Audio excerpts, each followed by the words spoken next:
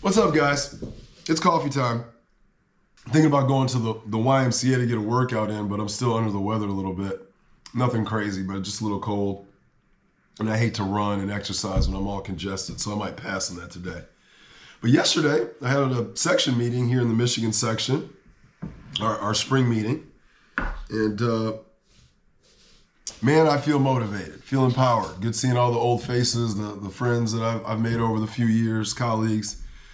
Had a chance to listen to Mike Bender. The gentleman from Orange Whip came over and spoke about the Orange Whip and what he uses that for the tempo and timing of the golf swing. And, just had a very, very, empowering day. And, I feel even more comfortable about where I'm going with my golf philosophy and how I'm teaching you guys. And you'll hear me say it again here. Golf is a lever system sport. And, this year I'm going to really get back to explaining that to you guys and my thoughts on what hits the golf ball, squaring up the club face and being able to make contact and send in a proper direction is so important. And I think that we're missing the boat with, force plates and rotation and all these buzzwords that sell because everyone does want to hit it far. But I think there's an easier way for you all to hit it farther. And I think that starts with ball contact and understanding your lever system.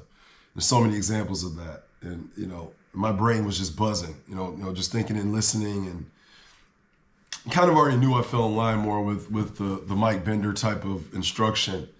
Like I said, he's got so much depth and been doing this for so many years. But, my perception comes from athleticism and years playing basketball, football, baseball, hockey with my buddy.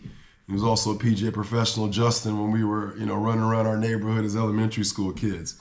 So that exposure to sports helped me create a pattern first, right? I was worried about pattern creation, and the kids that won the early tournaments, they weren't the big, bulky, muscular kids unless they were naturally built that way. Maybe had some advantages. But they're normally, skinny, scrawny kids that are developing their body as they're developing their pattern and their golf swing. So,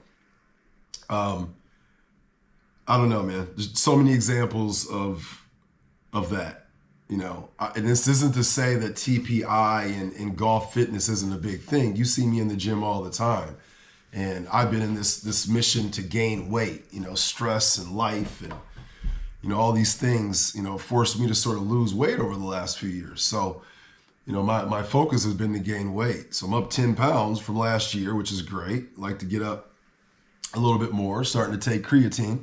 At my age, creatine is great for the brain and for the body. So I'm starting to do that, and it's helping with the weight gain. But, skill development has to happen. And if you don't have that, my job as an instructor is to help you develop that skill first. And that skill development starts with understanding how to make contact correctly, get the circle of the golf swing working correctly. And we got a lot of examples of that. I keep thinking about Anthony Kim's recent win on the LIV Tour. And I don't think he was lifting weights a lot in the last 15 years. I think he was doing a lot of partying, and he did something to cave that nose cavity. But a great story. And even there, man, he had a great pattern, a great lever system, a good understanding of how to swing the golf club. And I think that's almost like the lever system of riding a bike, right? You can learn how to ride a bike and never forget. If I can get you to understand what mechanically has to happen to make the golf ball go straight, the other things are enhancers. They make that a lot better over time.